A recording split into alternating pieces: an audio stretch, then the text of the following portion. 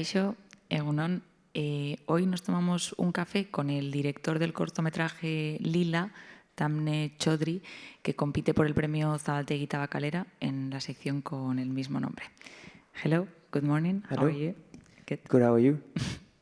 So we are going to start from the beginning, and I would like you to tell us who is Leela and how does she appear in your film? Okay, so Leela is supposed to be a symbol that represents this sort of the meaning of this film, which is about these, like, it's this sort of, like, I'm trying to find the right words, but like, the reason why she doesn't exist in the film as such, she's only like, she's never seen, she's always like, you hear about her, is because she symbolizes what the other two characters in the film aspire for, and their relationship with this is, both of their relationships are different, but ultimately, like, Leela symbolizes like what they all want, which is they all want to sort of get out of this place that they're stuck in, and they want to kind of get out of the societal, like, like the norms that they find themselves in. It is a very, like I was mentioning in the screening, it's a very silently patriarchal film, because the space, and you don't really see the men except in the bar, when they go once and they turn the music off, but the church and like all of that presence gives a little bit of context about the world. And Leela is supposed to be one of the, like a girl just like the two protagonists in the film, who, like, fought these structures, and even when we were sort of like in the writing process, the whole backstory with Leela was that she was supposed to be a girl of their age, a little bit older, who would sort of like hold these like sessions, like classes with other young girls, and she would teach them how to sit with a straight back, and how to kind of like, respond to certain things, and just like these, in a very, like, if you read the story when it's based, it's super like crass. Like, she talks like, she uses like words like bitch, and like, like stuff which is like, and that's how Leela used to talk. Like, she was quite like her tongue was quite loose, and so she was this controversial sort of character, not massively, but like to a certain degree, and so she sort of like becomes this, like, her enigmatic personality sort of takes over, like what they desire, like that they all wanted to be like her, and there is this thing, like, where you don't know where they'll end up, whether they'll end up like, and they're hoping that she got out, as opposed to, yeah, I probably am answering more than the question, but it's perfect.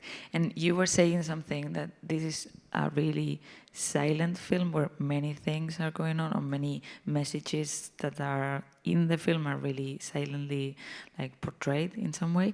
So I would like you to tell us a little bit more about your writing process and how you go from writing to the images, because I think it's really like apparently really simple, but it's not. So I would like you to tell us a little bit more about that. Of course. So I was, my closest collaborator on this film was Alina, who was the writer of the film. It was actually her idea to adapt this. And she was, as I said, she was actually going to make this film with someone else, and she was going to direct it like a 3-4 years before I asked about what happened about the film. And so when we renewed interest in the film and sort of like, I came on board, because she now is primarily a author. She writes novels. We looked at the script and we were sort of trying to like understand the world. And she had written the whole thing around a coastal town. And because at that point she was living in Goa, we were thinking about those images, and Goa has like history, because it used to be a Portuguese colony. And so it's all the churches, all of that is like a bygone, like, like colonial presence that's always there. So the idea always was in the writing was to sort of like bring out some of those elements, because they did have some kind of a meaning in it. But also, we constantly spoke about the feeling of what you call an impasse, which is like a moment in time that you sort of almost, you can't ever turn back from that moment in life. And what does that emotionally feel like? So for me, when I was involved in that process with her, for me, because it is a very, it's a narrative about the female experience in many ways. So my gaze in it coming into the film came primarily first not from that perspective, but from the perspective of what this feeling of what it feels like to be stuck, somewhere. And for me, it felt more honest to first understand that, and then be able to sort of like, lean on to Alina, the writer, and the actors, to be able to sort of bring out the chemistry which is between them, which is of course universal, but the nuances of like, like the way these two people look at this other character, who one of them is jealous of, the other person looks up to, and but they all want the same thing. So in the writing process, I think because it was written in a way where it was mostly images, it was like, like if you read the script, it's like, it's just the facades of like this church, on like this day, and these two young women just like, lying on the stairs, and they say like a couple of sentences to each other, and then you look at again just like this space, and like a fisherman just like walks past, and there were like lots of drafts, but they were all in their own way just very visual to begin with. So the writing in itself was quite like image to image, and it was actually quite close. Like the conversations were quite like almost like sometimes verbatim to the adaptation. So that's where that came from, the incident, and that came from there. But the world, I think Alina, she wrote it in images. And then for me, it was like, there are all these images, some of them connect, some of them don't connect. And for me, it was like I spent a lot of time just like really kind of scouting. And for me, most of the films come really, my process is usually that I go and like, once I understand a space, I'm able to like really find something that, like conveys that idea. So for me, it was a lot of back and forth. Like I'd go to the place and then we'd come back and I would be like, okay, like I think maybe we can change this now. And instead of that, let's maybe write this here. So it was that back and forth progress. And I think it was really amazing working with Alina, because I think a lot of it was our collaboration together that got us here.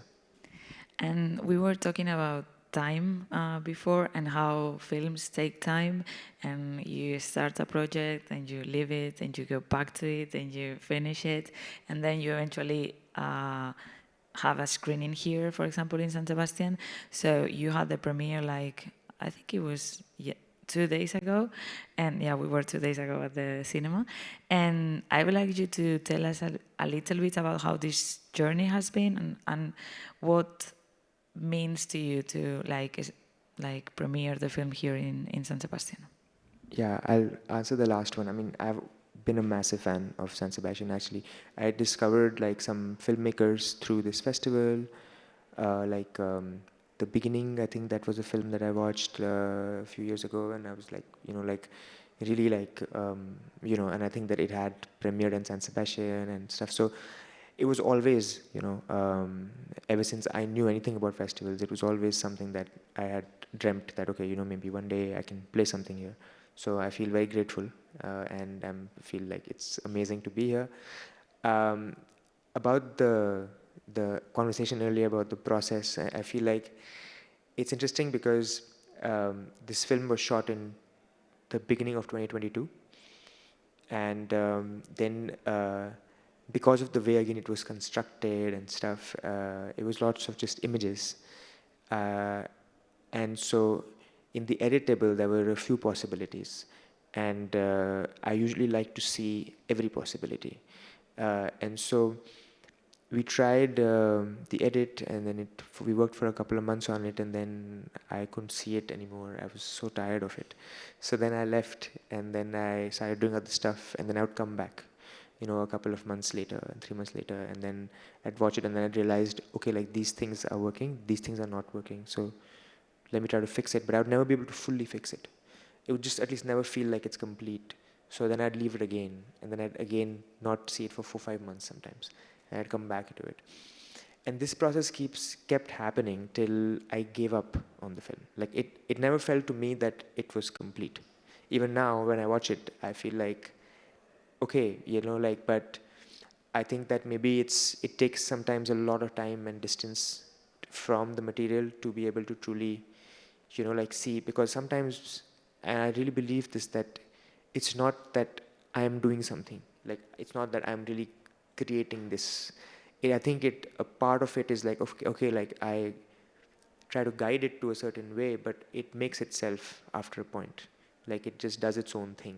And I feel like I've experienced that with most of the films that I've worked on, because it always takes me a lot of time, especially in post. Like I usually like rush into making the film, like even sometimes without script and all. I feel something, I shoot, but then I sit on the material for like sometimes like 3-4 years, and even if it's a short film, what I realize is that it's only with the time that it makes itself, like like that's what I've figured.